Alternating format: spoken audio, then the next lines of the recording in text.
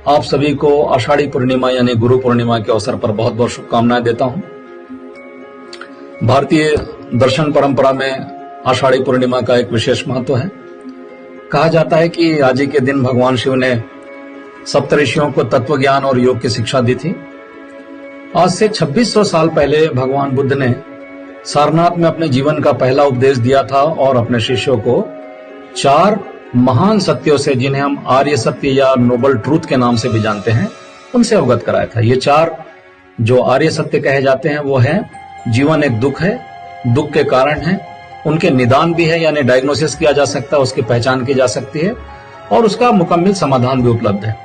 इसी प्रकार भगवान महावीर ने आज ही के दिन इंद्रभूति गौतम नाम के शिष्य को अपने जीवन का पहला उपदेश दिया था और जीवन के 5 महत्वपूर्ण सूत्रों से उन्हें अवगत कराया था। ये 5 महत्वपूर्ण सूत्र है: सत्य, अहिंसा, अपरिग्रह, अचौर्य और ब्रह्मचर्य। अब ये बड़ा प्रश्न उठता है कि आषाढ़ी पूर्णिमा के दिन ही क्यों गुरु पूर्णिमा मनाई जाती है?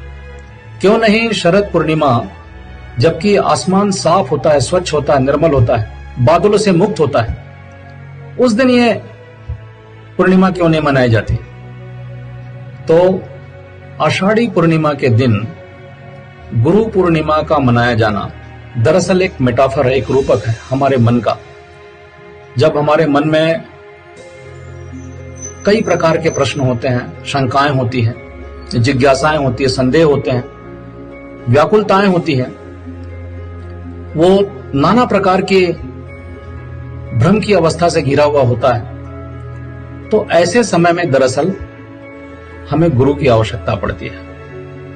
वो गुरु कोई बाहरी व्यक्ति भी हो सकता है, वो हमारा विवेक भी हो सकता है, जिसे हम जागृत करके इन विषमताओं से, इन प्रतिकूलताओं से छुटकारा पा करके हम अपने प्रगति के पहिए को आगे बढ़ाने के लिए अपनी एक मुकम्मल तैयारी कर सकते हैं। एक दूसरा महत्वपूर्ण इसमें जो प्रश्न आता है वो ये कि हमने सूर्य का चुनाव क्यों नहीं किया गुरु के लिए, हमने चंद्रमा को क्यों चुना?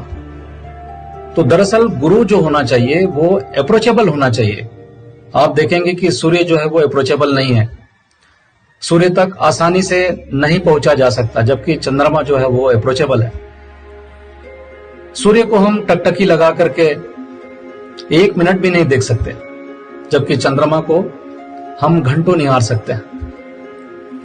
तो सिखाने के लिए कठोरता की नहीं, हमें कोमलता की जरूरत पड़ती है।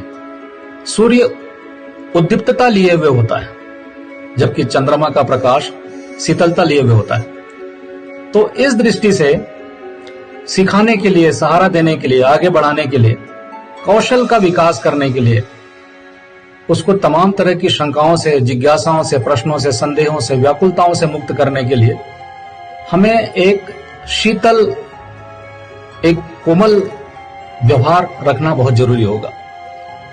हमें किसी को सिखाने के लिए ताकत की नहीं बल्कि तरकीब की जरूरत पड़ती है और यही इसका एक प्रतीकात्मक संदेश है।